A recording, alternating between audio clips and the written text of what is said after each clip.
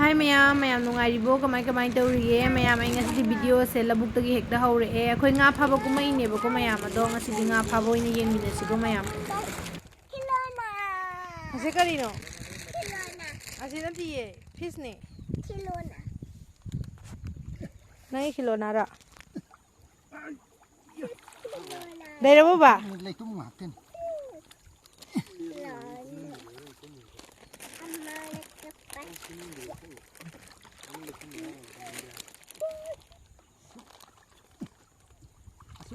Hi mayam tu puje kari taino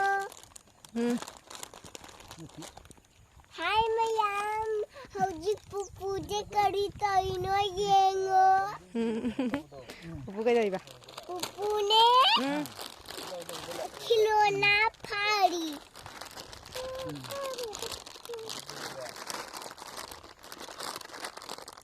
Hi mayam pupuje kay dori yengo Pupuje nga pari ne Kilona fish kilona fish phari ba pupu nga so pha bring si ko mathak tu sakhi ba mal bit lag ra kai na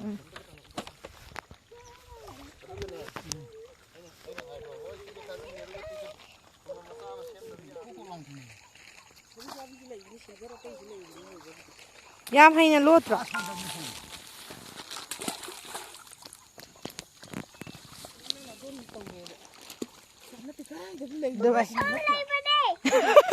Khadra se nung thada laga nga samna lai ne pupu tai je khadra Hey khadrak.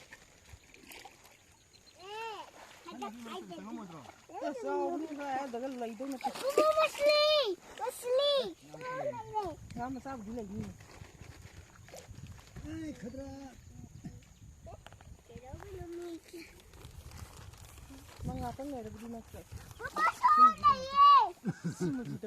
khadra si di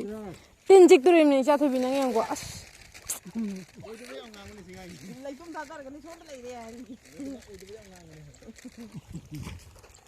kai dau dina nang gida Ay, pupu da majakaw dili. Masli! Shalay na masli.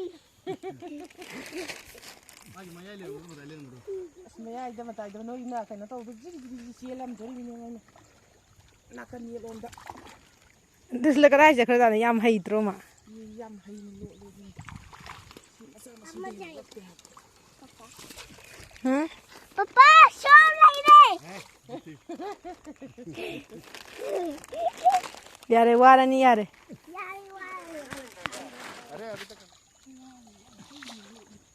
makhada Sida lay gre po as ka swaj lai gi ma le ko lay ram yo Adom na khar na haw na ni haidra. Haw na sakhi dole man. swaj di on gra me do Ra do a som da tharu ro.